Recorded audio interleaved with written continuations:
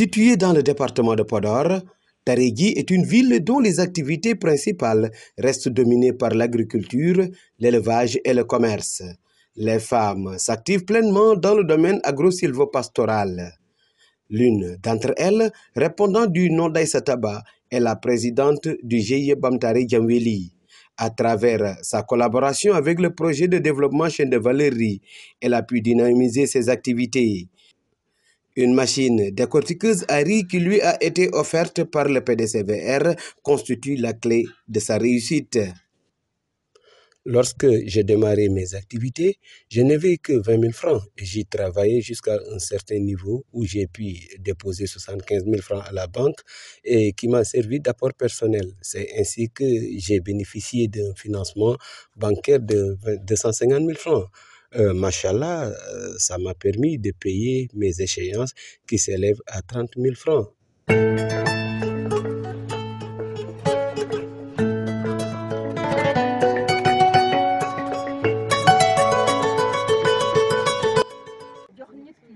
C'est facile de donner des instruments professionnels, mais le plus difficile reste le suivi permanent. C'est à cet effet que je loue vraiment le management du PDCVR qui, à travers Muntaha et Cheikh Oumar, nous suit de très près et intervient à nos besoins à chaque fois qu'on leur fasse appel. Ils sont régulièrement informés de nos travaux quotidiens.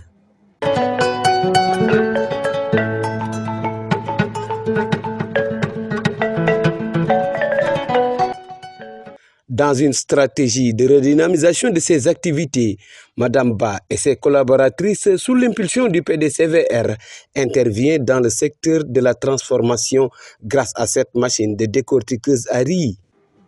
Nous achetons du paddy et c'est grâce à cette machine que nous le transformons. Le sac de riz de 80 kg nous revient à 9 000 francs car c'est la période des récoltes. Mais à la fin des récoltes, voilà, le prix peut élever jusqu'à 12 000. Donc nous sommes obligés de suivre l'évolution des prix. Et c'est là pour fixer nos propres prix après la transformation. Je vends actuellement le sac de 50 kg de riz blanc à 14 000 francs. Le sac de son est fixé à 5 000 francs par kilogramme et le plus petit sac me revient à 3 500 francs. Aujourd'hui, elles ont des clients un peu partout au Sénégal. C'est à travers cette ouverture qu'elles pensent pouvoir participer pleinement dans la politique de la souveraineté alimentaire au Sénégal. Franchement, la souveraineté alimentaire peut se réaliser en s'appuyant dans notre zone, car nous avons des clients à Dakar. D'ailleurs, c'est hier que j'ai envoyé 10 sacs de riz blanc. Il y a également une clientèle à Kaolack et à Kébémer. C'est moi qui les fournis, le riz blanc et le son.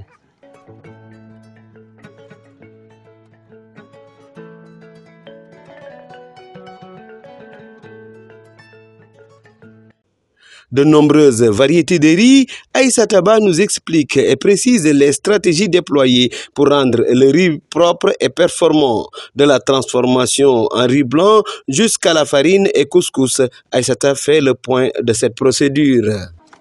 Ça, c'est du riz entier.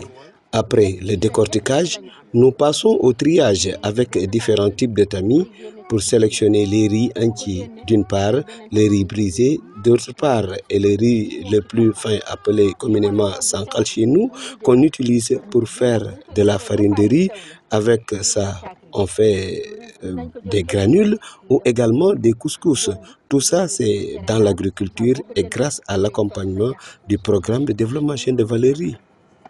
Avec tout cet ensemble, Aïssata Ba parvient également à créer de l'emploi pour les jeunes et les femmes, ce qui explique la performance de ses activités. J'ai 6 employés, dont 2 pour la machine et 4 autres femmes. Je les paie tous. À chaque fois que j'achète du riz paddy, j'engage également un transporteur, mais également j'engage des prestataires pour sécher le riz afin d'éviter les baisses de rendement et je paie également tous ces employés. Cet accompagnement du PDCVR a permis à Aïssata d'élargir ses activités à travers une diversification. J'ai acheté un bœuf et je prépare également un enclos pour l'entretenir davantage. Ce qui a provoqué ce retard est dû à une maladie que je traîne au niveau de mes yeux. D'ailleurs, c'est hier même que j'ai repris le travail.